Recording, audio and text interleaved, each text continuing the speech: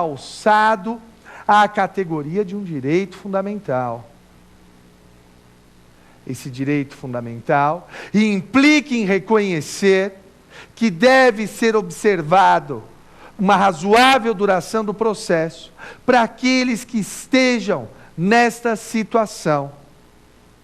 Veja, e o que diz a jurisprudência do Supremo Tribunal Federal? O processo não pode demorar. E se demorar, deve haver alguma sanção contra esta demora. Que tipo de sanção, professor? Veja, é muito fácil imaginar, no caso de uma sanção, em que a pessoa esteja presa. Quantas vezes nós já não lemos nos jornais que o Supremo Tribunal Federal ou o Superior Tribunal de Justiça soltou alguém porque havia excesso de prazo? Quantas vezes já não ouvimos falar disso? Ora, isso é a aplicação da dignidade da pessoa humana. Se o processo demorar, a pessoa, estando presa, deve ser solta. Percebeu? Se o processo demorar, eu insisto, a pessoa estando presa, qual é a consequência? Ela deve ser solta. Ok, tudo bem, mas surge uma pergunta aí. O que é demora? O que é demora? Olha, o Código de Processo Penal não fixou exatamente o que é demora. Nossa legislação nesse aspecto é falha, ela é omissa. Eu poderia lhe dizer que haveria algo em torno, 1, 2, 3, 4, algo em torno de 5 posições sobre o tema. E depois da mudança do Código de Processo Penal, as posições ficaram ainda mais conturbadas. E não há, atualmente, após a mudança do CPP, uma fixação clara, uma delimitação rígida do que se considera excesso de prazo. Há situações em que este excesso de prazo é evidente. Eu lhes digo um exemplo da minha prática, foi um dos exemplos mais graves que eu já vi. Processo que já tem muitos anos, foi no meu começo de carreira, estamos no ano de 2000, 2001 mais ou menos, nossa, já vai muito tempo.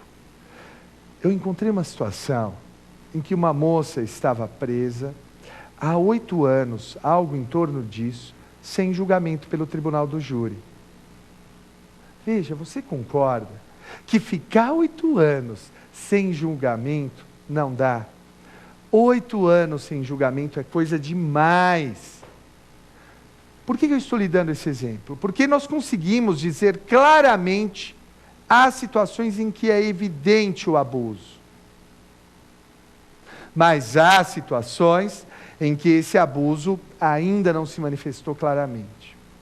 Se o novo Código de Processo Penal for aprovado, aí a situação fica clara. O atual projeto do CPP diz o quê? Que a prisão deverá durar no máximo 6 meses. Diz isso, a prisão processual, até a sentença. Agora, veja, é algo que eu discuto com alguns amigos, porque você pode estar pensando, e se o atraso for causado pela defesa?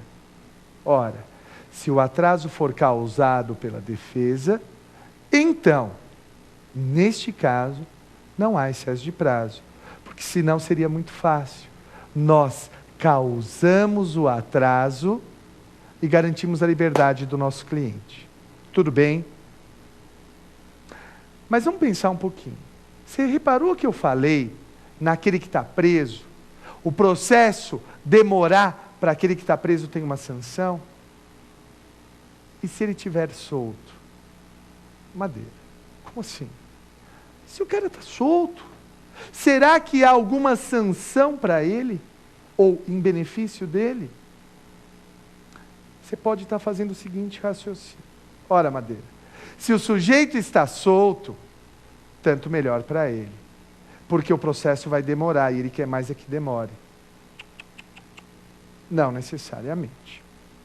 Não necessariamente.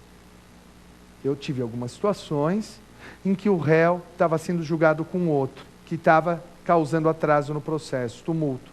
Ele veio me pedir, doutor, julga logo o meu processo, faz a separação dos processos, porque eu sou inocente, eu quero provar isso para a família da minha noiva para eu poder casar com ela. Percebeu? Olha só, é importante que entendamos isso. No nosso direito brasileiro, nem a jurisprudência, nem a doutrina majoritária reconhecem a aplicação de sanção para demora do processo estando o réu solto. Mas o fato é que é preciso que reconheçamos o valor da doutrina minoritária. O que diz a doutrina minoritária? Ela diz que mesmo para o processo que demore para o réu solto, deve haver algum tipo de sanção. E quer saber? Ela está certa, essa doutrina minoritária. Ela está certa. A Constituição limita a duração razoável do processo àquele que está preso. Limita, está lá escrito. É garantida a razoável duração do processo ao preso. A Constituição não fala isso. Ora, se a Constituição não limita, não nos cabe limitar. Eu vou repetir isso. Se a Constituição não limita, não nos cabe limitar. Madeira, então me diga, você vê alguma sanção passível de aplicação? Vejo. Uma sanção para beneficiar o acusado. Como assim, Madeira? Diminuição da pena dele. Pelo atraso no processo. Isso seria uma sanção ao Estado. Uma sanção ao Estado que demorou em dar uma resposta àquele processo. Ai, Madeira, isso é muito moderno. Não é. Isso acontece na Inglaterra. A gente não adora comparar com outros países, então vamos comparar. Na Inglaterra tem isso. Na Inglaterra, há lá a previsão clara de que se o processo demorar, estando ele solto, diminuição da pena. Tranquilo. Qual o problema de reconhecermos isso daqui? Ai, Madeira, todo mundo vai ter diminuição de pena. Será? Será que nesse caso nós não forçaríamos o Estado a dar melhores condições para o Poder Judiciário e forçar o próprio Poder Judiciário a se adequar a essa nova situação? Percebam, os direitos fundamentais, eles têm um sentido também de estímulo ao governo em sentido amplo, estímulo ao governo para que respeite e cumpra esses direitos. Percebem? Tudo bem? Tranquilos? Vamos à próxima pergunta? Vamos lá? Na tela. Professor, é possível falar-se em dignidade da pessoa humana, pensando-se na vítima de um crime, ou ela somente se aplica aos réus? Sem dúvida alguma. Existe uma frase de muito mau gosto que diz assim: direitos humanos para humanos direitos. Ora, que bobagem, que bobagem. É preciso que se entenda que os direitos fundamentais, eles são para toda a coletividade, mas exercidos individualmente. Sim, os direitos fundamentais são para toda a coletividade, porém são exercidos individualmente. E o que significa isso? Significa que cada um de nós possui direito à dignidade da pessoa humana, a que se reconheça a dignidade da